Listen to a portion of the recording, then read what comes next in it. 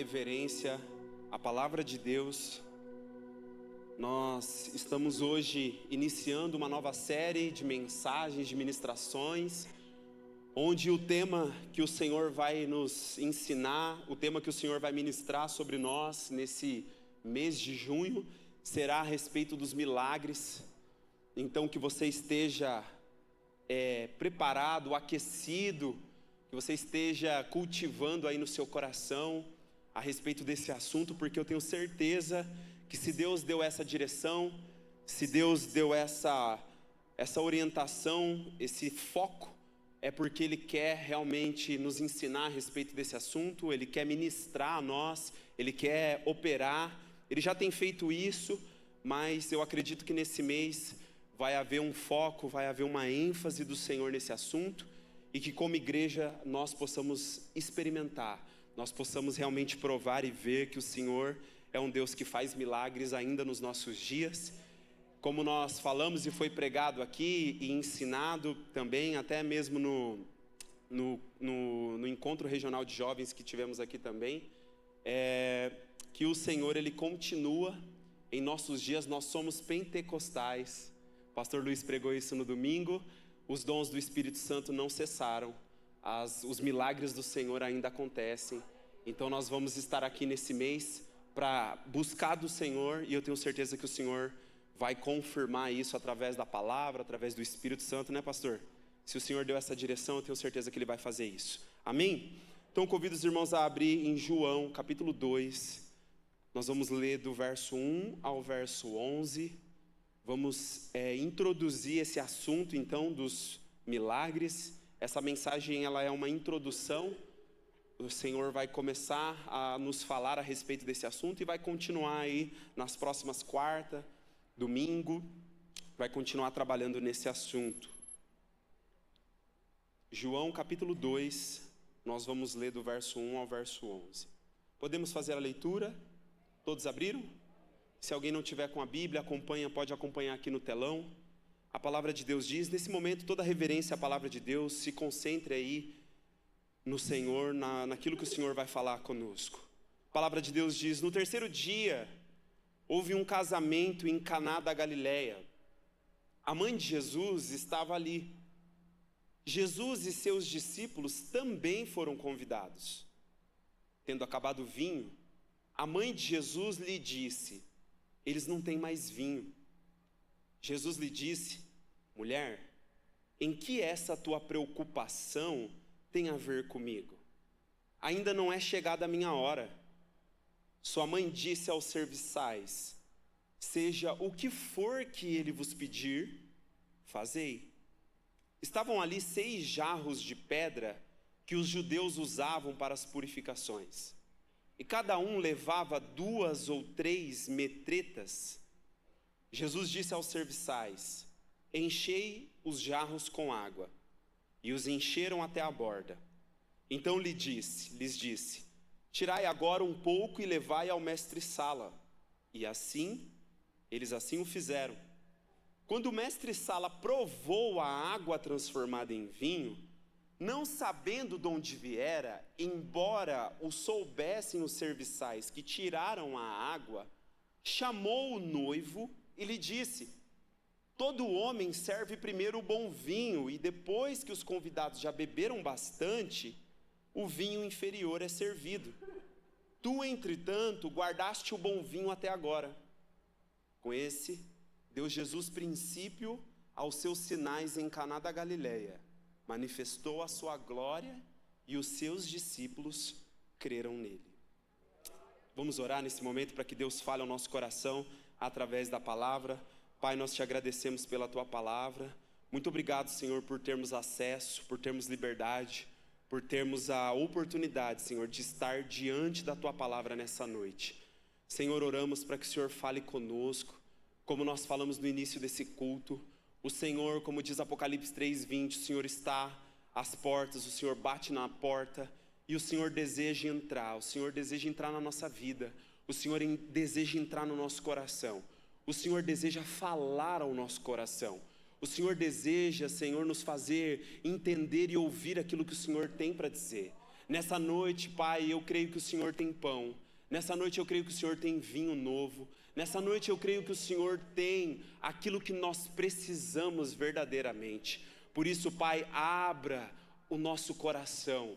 Em nome de Jesus, nos ajuda a abrir a porta para que o Senhor entre. Senhor, nos ajude a ouvir a Tua voz nessa noite. Que a Sua voz fale mais alto que todas as demais vozes. Em nome de Jesus, nessa hora nós repreendemos tudo aquilo que se levanta contra o conhecimento do Senhor. Repreendemos toda obra, Senhor, de distração e toda obra de que rouba, Senhor, a Tua palavra. Nessa hora, em nome de Jesus, nós declaramos todos nós com corações presos a Jesus Cristo, e que possamos ouvir a Tua palavra, e que possamos ter comunhão com o Senhor nessa noite, e que possamos sair daqui transbordando daquilo que o Senhor tem para nos dar, em nome de Jesus. Amém. Pode se assentar.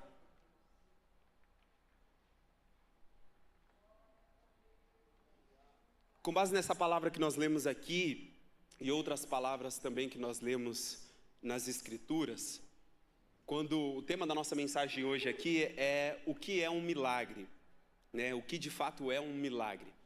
E quando nós lemos a Bíblia, seja no Antigo Testamento ou no Novo Testamento, nós vamos perceber que milagres são intervenções sobrenaturais de Deus, que Deus ele manifesta, ele revela através de algum feito que os homens não podem fazer, aquilo que nós realmente não podemos fazer. Milagres são essas intervenções que elas são extraordinárias de Deus, porque o extraordinário, né, ou seja, aquilo que vem de cima, aquilo que é superior, invade a realidade inferior, invade o comum, aquilo que é incomum da parte de Deus, vem até nós e revela a sua glória. E também, mais profundamente, no Novo Testamento, nós vamos perceber que os milagres, eles têm um papel, eles têm um propósito de apontar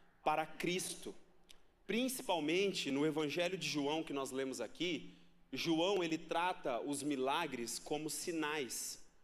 Porque os milagres, nós vamos entender pelas palavras de Deus aqui, que eles são sinais porque o principal propósito de um milagre, de acordo com o Novo Testamento, a Nova Aliança e o Velho também, só que o Velho, né, ele é uma sombra do Novo, ele aponta para Cristo, mas não dá para ver às vezes Cristo nitidamente, mas para quem conhece a Nova Aliança, quem entende o que Deus vem fazendo desde o Gênesis, começa a compreender que na verdade os milagres, eles na verdade têm esse propósito principalmente de, não é impressionar, não é chamar atenção, só por chamar atenção, não é para manifestar algo meramente assim, nossa, extraordinário e causar uma boa impressão. Mas na verdade os milagres, principalmente na Nova Aliança a qual nós estamos, eles existem como sinais para apontar e chamar a nossa atenção para Cristo, para revelar quem Jesus realmente é.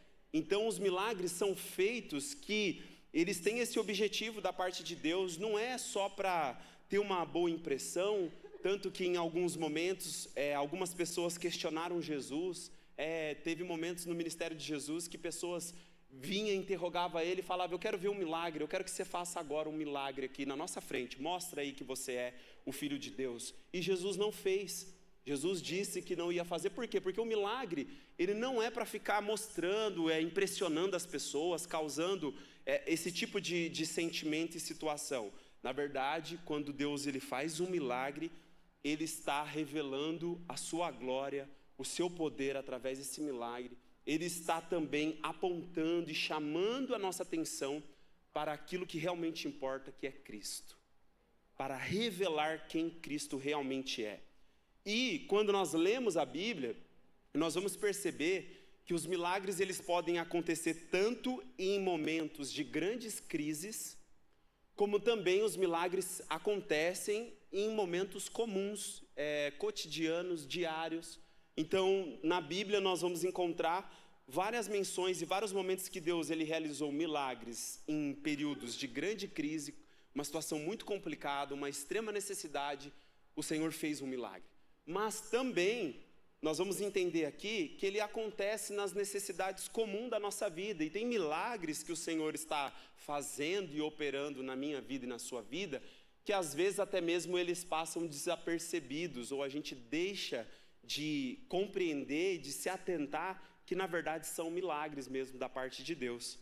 Então nós precisamos compreender, com base nessas palavras, que os milagres, eles têm esse papel de apontar para Cristo, é um sinal, é para chamar nossa atenção para o Senhor, é para conduzir outras pessoas também a acreditarem no Senhor. Os milagres, nós vamos perceber aqui que eles exigem de nós obediência. Os milagres, eles acontecem também para fortalecer a nossa fé. E como eu falei aqui, os milagres também ajudam com que outras pessoas que não conhecem Cristo ainda, que não sabem de Jesus, não conhecem, elas possam, a partir de um milagre que aconteceu, elas possam começar a olhar para Jesus de uma forma que elas não olharam e começar a realmente acreditar no Senhor. E nós vamos perceber também, pela Escritura, que o maior milagre da parte do Senhor não é Deus transformar as circunstâncias da nossa vida de uma forma milagrosa e sobrenatural. Mas nós vamos entender pelas Escrituras que um dos maiores milagres que Deus está fazendo sobre a nossa vida é que, de fato, Ele está muito interessado em transformar o nosso coração. E é muito interessante isso, porque o profeta Jeremias, ele disse que o coração do homem, o coração do ser humano, ele é irremediável. O coração do ser humano é doente ao ponto de não ter nenhum remédio que possa curar esse coração. E a má notícia que a Bíblia traz é justamente isso. Os profetas falaram sobre isso, Jesus Cristo falou sobre isso e os apóstolos também. O coração do homem é incurável, ele é irremediável na perspectiva humana dos homens. Mas a boa notícia do Evangelho é que Jesus Cristo, e aquilo que Ele fez, a sua obra, é na verdade o remédio, a cura para o coração do ser humano, para o meu coração e para o seu coração. Então nós vamos entender pela palavra de Deus que, lógico, Deus ele faz milagres, ele transforma circunstâncias, Ele opera de maneira extraordinária, Ele faz coisas, Ele opera na nossa vida. Nós temos vários testemunhos aqui nessa igreja, desde quando começou essa obra até os dias de hoje. Muitos milagres o Senhor já fez, ainda está fazendo e vai fazer ainda mais no futuro.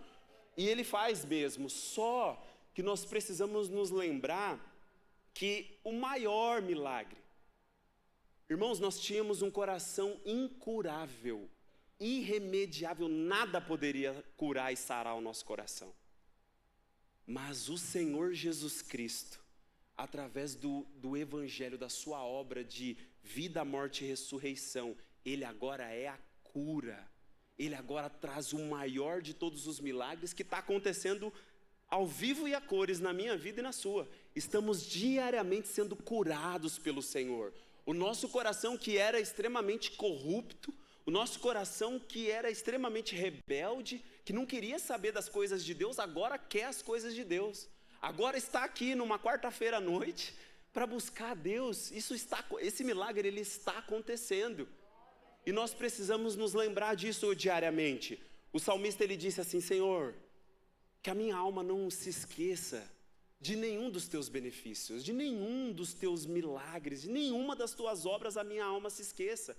E por que ele disse isso? Porque nós temos uma tendência, e o nosso coração ele está sendo curado, mas ainda tem o pecado ainda presente nele, a velha natureza ainda está aqui, e ela fica sempre assaltando a gente, ela fica sempre querendo ganhar espaço, sempre querendo nos tirar daquilo que o Senhor tem.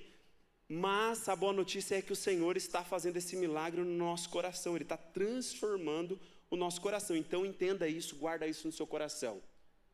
Eu sei que você tem alguns pedidos, eu sei que você tem algumas necessidades, eu sei que você está clamando por alguns milagres da parte de Deus. E você vai entender através dessa palavra que Deus ele está te ouvindo, e Deus ele no momento oportuno, de acordo com a vontade dele, ele vai fazer. Só que não se esqueça que o maior milagre está acontecendo todos os dias dentro de você. Amém? Então, o primeiro fundamento dessa palavra é assim. Repita comigo: convidando Jesus, o autor dos milagres. No verso 2 de João, nós lemos que Jesus e seus discípulos, eles também foram convidados. E me chamou muita atenção enquanto eu estava meditando nessa palavra, buscando de Deus entendimento, me chamou muita atenção esse fato, porque a palavra diz aqui, João escreve pelo Espírito Santo, que a mãe de Jesus foi convidada, e que também Jesus e os seus discípulos foram convidados. A palavra aqui não fala, ela não detalha o real motivo de quem convidou, Jesus.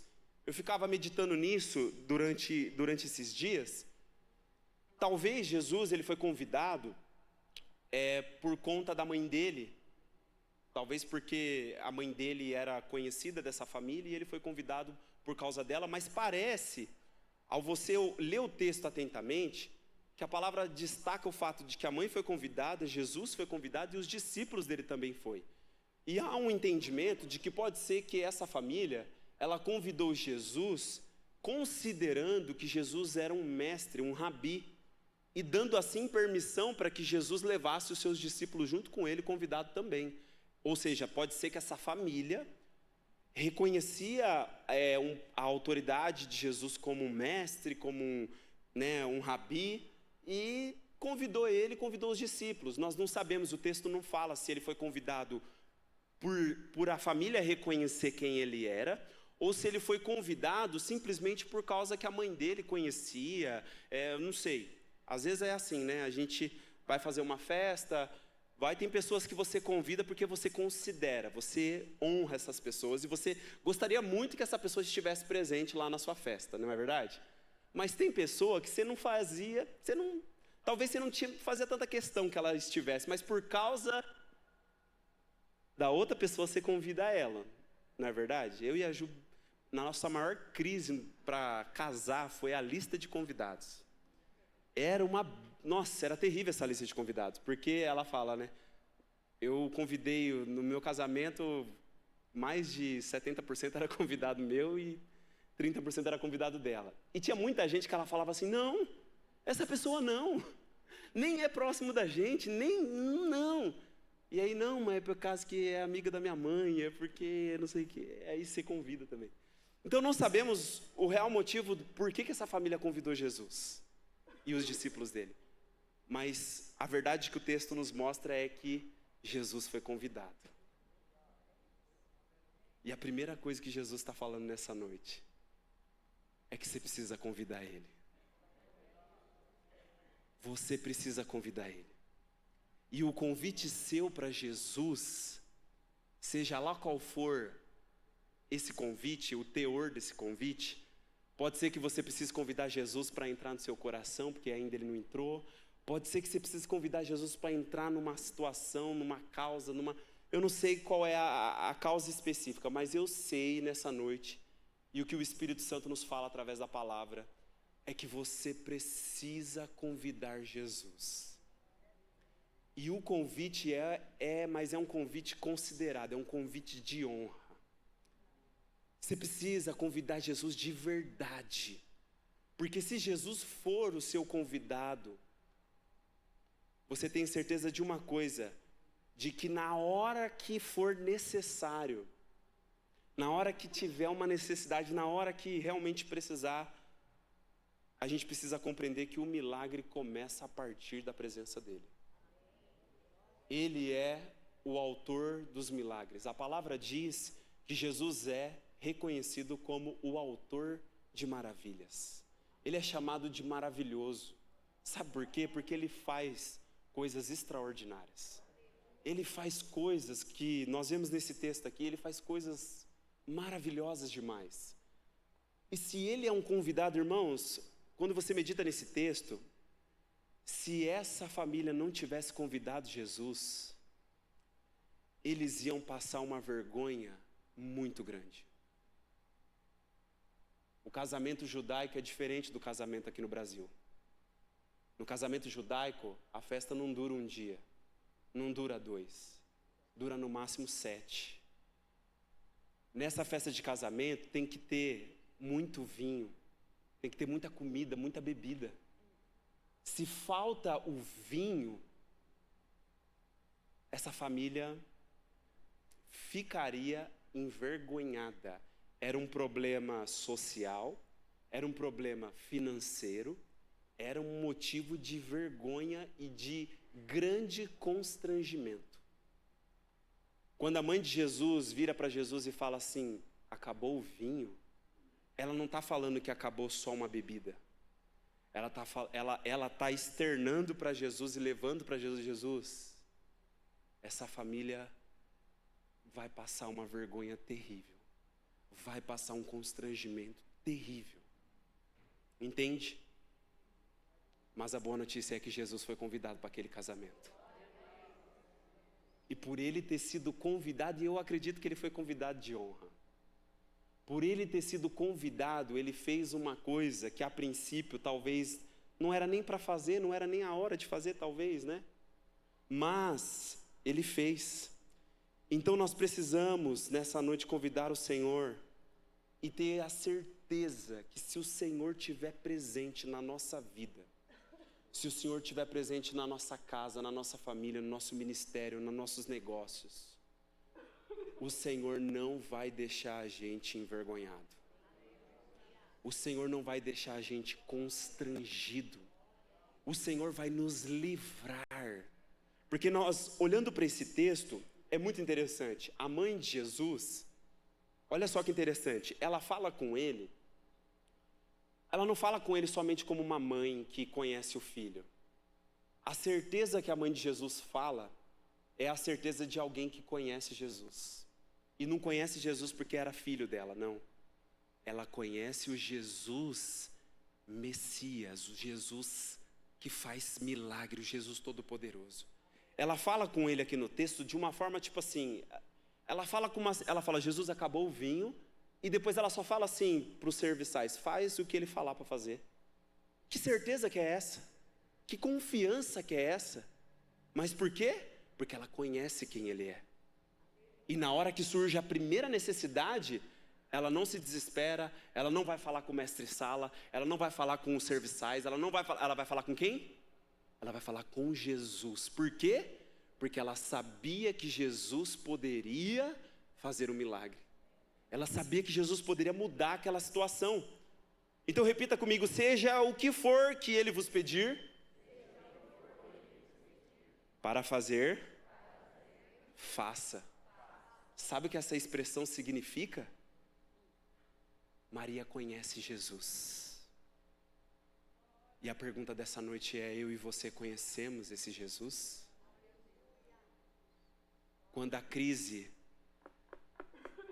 bate na nossa porta, quando a notícia ruim chega, quando a ameaça da vergonha, da humilhação e da situação que nos constrange chega, a quem nós vamos falar que acabou o vinho? Para quem nós temos falado? Nós temos recorrido a pessoas? Temos recorrido a lugares? Ou nós temos reconhecido e conhecido quem Jesus de fato é e temos levado para ele aquela situação? Maria, ela fala isso porque ela confia, ela conhece Jesus e ela confia, então ela fala assim para os serviçais, faça o que ele falar para vocês fazer. E a palavra diz que Jesus falou para eles, tira agora um pouco e levai ao mestre-sala, e eles assim o fizeram. Irmãos, isso aqui foge da lógica comum, e imagina para esses serviçais, um cara falando para encher de água e levar. Gente, não fecha, a lógica não fecha.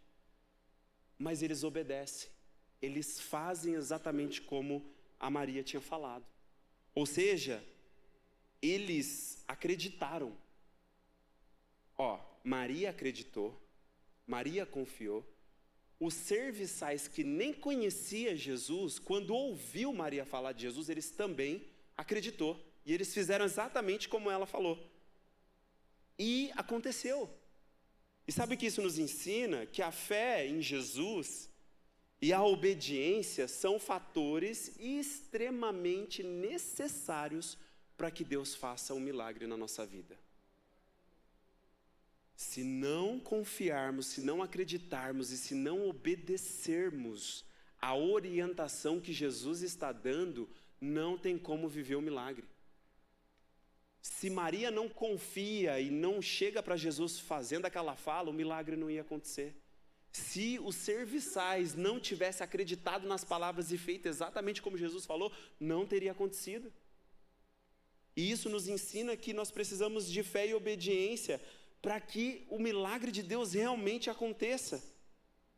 E a pergunta é se nós temos obedecido com fé às palavras de Jesus para a gente viver o milagre, ou será que nós estamos questionando demais a maneira de Jesus fazer as coisas?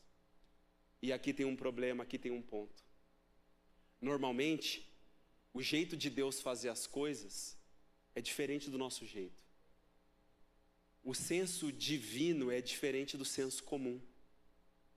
Na nossa cabeça, a gente idealiza o jeito que Deus vai fazer o milagre. E a gente até às vezes fala o jeito que ele tem que fazer. Como se ele fosse o discípulo e nós fôssemos o Senhor. Faz sentido um negócio desse? O Senhor diz, se eu sou o seu Senhor, cadê a minha honra? Se eu sou o mestre de vocês, se vocês me chamam de mestre, cadê a obediência? Às vezes o Senhor está nos dando uma direção, está nos conduzindo de uma forma que parece estranha para Ele operar um milagre, e nós estamos questionando, querendo entender os detalhes do milagre, querendo entender os caminhos de Deus. E a palavra de Deus vai dizer que Deus ele deixa a gente saber algumas de suas obras, não todas, no livro de Eclesiastes. Deus não deixa a gente saber de todos os seus caminhos, porque isso nos faz estar em um lugar de submissão, de dependência, de obediência e de fé. Então, essa parte aqui nos chama a, sabe, nós precisamos urgentemente acreditar e confiar. E a Maria, ela fala com os serviçais assim, é como se ela estivesse falando assim, não pergunta, não entra em detalhe, só faz o que ele falou para fazer. E a Bíblia diz que eles fizeram. E o milagre aconteceu.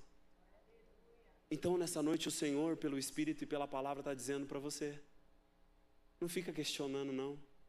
Não fica querendo entender os detalhes da obra de Deus. Ai, Deus vai fazer assim, não, porque se Deus não fizer assim, não é Deus. O Senhor, Ele é o Senhor. Nós somos os seus servos, Ele é o mestre. Nós somos os discípulos, é do jeito dele.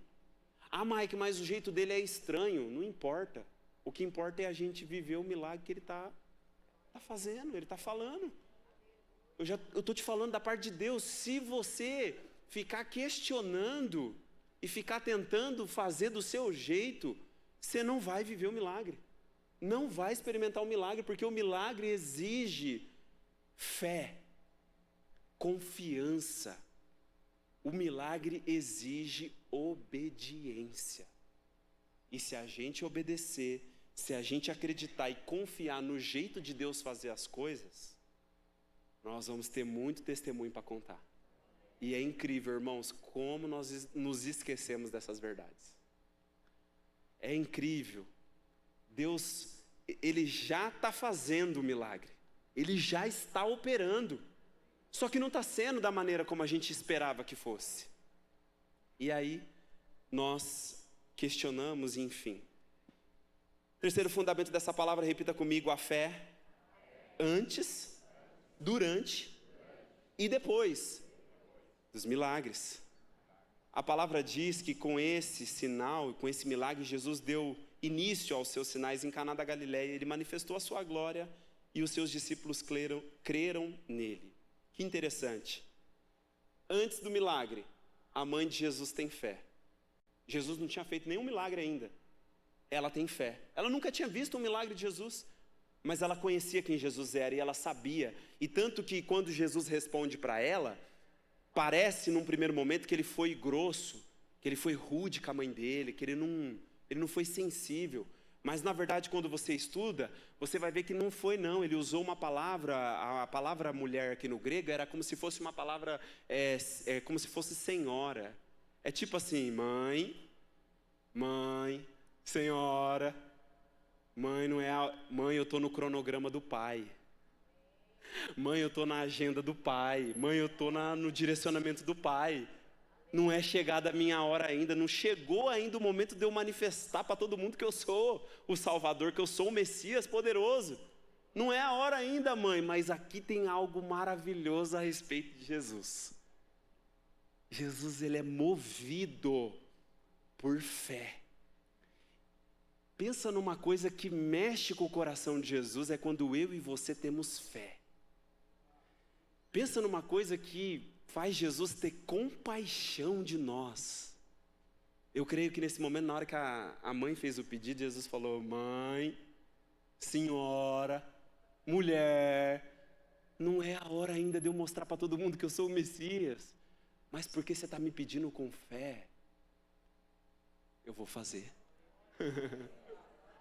Entende o que Deus está falando? Às vezes não é nem a hora, mas aí Jesus olha e vê que você tem fé. Ele olha e vê que você está acreditando de verdade. E aí o coração dele se compadece para ele operar, para ele fazer. Então a mãe de Jesus, ela teve fé antes do milagre. Os serviçais tiveram fé durante a operação do milagre. E os discípulos tiveram fé depois que o milagre aconteceu. E isso nos fala, isso nos comunica que a nossa fé, ela deve existir antes do milagre acontecer. Jesus está operando, glória a Deus, continua crendo, continua acreditando. Está de um jeito estranho, está de um jeito que parece que Deus não vai fazer. Continua acreditando, continua, faz do jeito que Ele falou para fazer, glória a Deus. E depois? Depois a sua fé cresce, depois a sua fé aprofunda. A palavra fala que depois do que Jesus fez aqui, os discípulos passaram a crer nele de uma forma mais aprofundada, de uma forma diferente. Amém? Eu coloquei uma nota aqui, o vinho, um elemento central em celebrações judaicas e um símbolo bíblico de alegria e prosperidade, era abundante em casamentos que podiam durar vários dias, como nós falamos aqui. Agora, a escassez de vinho, portanto, representava uma grande vergonha e um constrangimento significativo para a família anfitriã. Um problema social e financeiro que Jesus, com a sua intervenção milagrosa, resolveu de forma espetacular, de forma poderosa e sobrenatural. Amém? Tem algumas referências cruzadas que me chamou a atenção, que tem a ver com esse contexto e tem alguma aplicação aqui, um entendimento para a gente. Salmo 104, verso 15. Olha só o que a palavra de Deus diz. Salmo 104, 15. O vinho que alegra o coração, o óleo que dá brilho às faces, e o pão que sustenta o vigor dos seres humanos. Esse salmo está falando, ele está celebrando a bondade de Deus na provisão de sustento e alegria para a humanidade. É um salmo que fala que Deus, ele proveu o pão, ele proveu o vinho, ele proveu o fruto, ele proveu isso e celebra essa bondade de Deus. E aqui, fazendo essa correlação, a transformação da água em vinho por Jesus em Caná da Galileia, ecoa essa provisão divina, mas agora de uma forma sobrenatural e de uma forma superior, demonstrando que Jesus é a fonte última de alegria e satisfação, superando todas as provisões naturais. Ou seja, quando Jesus está operando e fazendo milagre, excede, ele é a fonte máxima de alegria e de satisfação. Ele produz, ele dá o vinho, ele dá o pão, ele dá os suprimentos naturais, mas ele também dá os suprimentos sobrenaturais. Isaías capítulo 55, verso 1, a palavra profética de Isaías diz assim: todos que têm de sede, vinde às águas cristalinas, e vós, os que não tendes dinheiro nem recursos, vinde agora, comprai e comei, vinde, adquire vinho e leite sem pagamento e sem custo. Essa palavra profética é um convite de Isaías que aponta para a oferta da graça de Deus através da salvação, simbolizada pelo vinho e pelo leite. E aqui é muito interessante porque Jesus, ao transformar a água em alta qualidade e alta quantidade, as metretas, essas metretas, aqueles jarros, era mais ou menos de 80 a 120 litros de vinho, de água que virou vinho. 80 a 120 litros em alta qualidade. E antecipa, com essa palavra profética de Isaías, a abundância, a excelência da graça que ele nos oferece, gratuitamente aos que creem, convidando-nos a buscar nele a verdadeira satisfação, a verdadeira alegria. Ele está acima das provisões naturais. Quando ele faz esse milagre, quando ele opera, ele comunica que a fonte máxima é ele. Eu convido o ministério de louvor.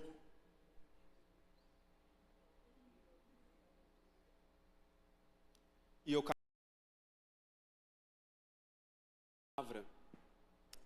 E nós concluímos aqui através dessa palavra de João 2, o primeiro sinal. É interessante. Caná da Galileia, eu creio que nada nas escrituras é aleatório. Nada Deus faz por fazer, né? Mesmo que a princípio parece que não era a hora dele fazer, mas ele fez. E Jesus, ele seguia muito a orientação, a direção do Pai. Mas Caná da Galileia, uma aldeia pequena. Uma aldeia pequena. Jesus, ele faz o primeiro milagre do ministério dele numa aldeia pequena, numa situação aparentemente simples, sabe? E isso nos ensina, irmãos, porque Jesus, ele não precisa de coisas grandiosas, não precisa ser, como eu falei aqui, sabe? Não precisa ser uma crise grande demais, não precisa ser um negócio, sabe, um evento, não. Ele atua na simplicidade, ele atua nas coisas pequenas, ele faz milagres em lugares pequenos, como ele faz também nos lugares grandes. Ele faz.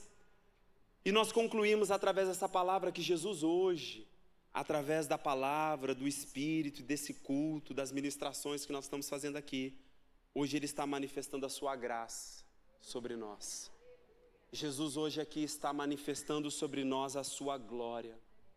E Jesus também nessa noite está manifestando a providência dele sobre nós. Nós concluímos também através dessa palavra que Jesus, ele se importa, e ele diz isso nessa noite, com todas as nossas necessidades. Sejam elas necessidades espirituais, emocionais, familiares ou materiais.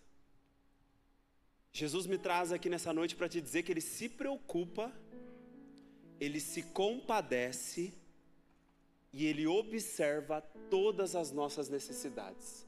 Nada passa desapercebido diante do Senhor. Até aquele pedido bobo que você faz para Deus, que você fala assim, isso aqui é coisa, não tem coragem nem de falar para alguém que eu falei, que eu estou pedindo isso para Deus.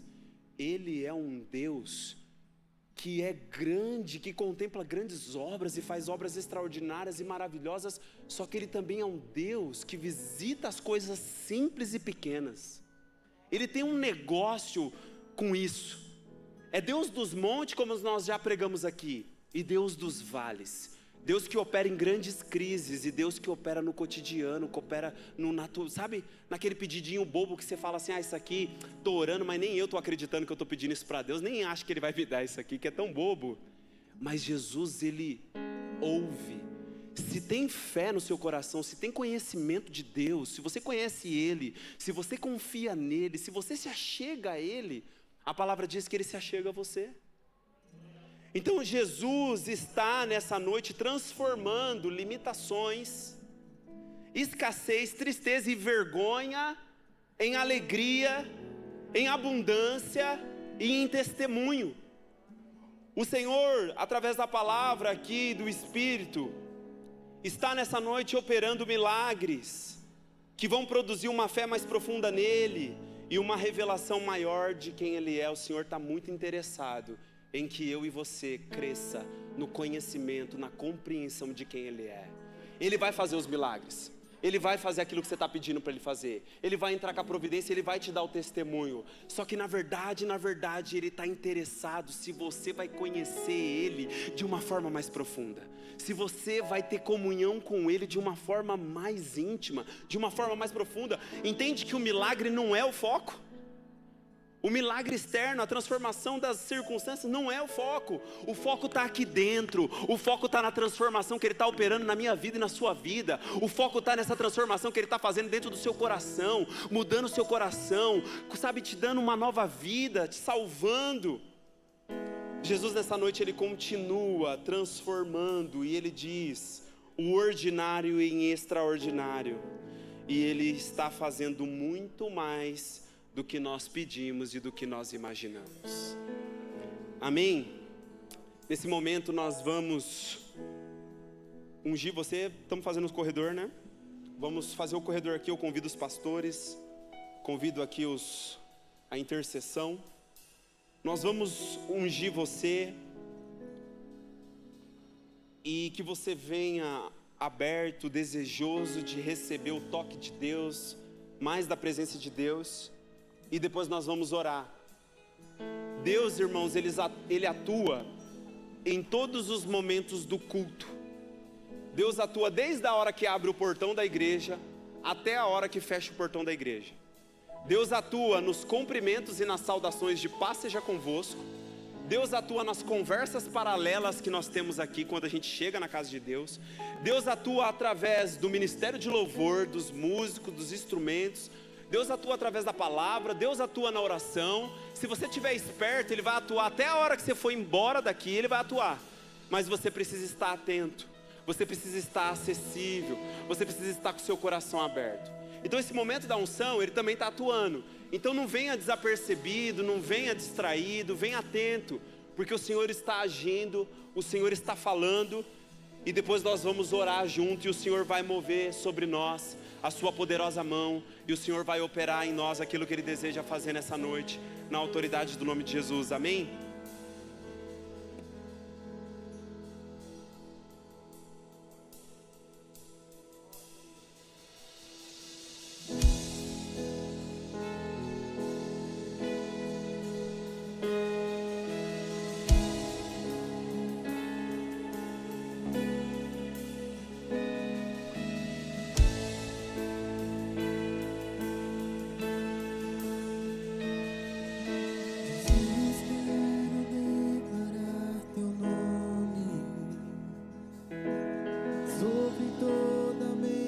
Coração, pois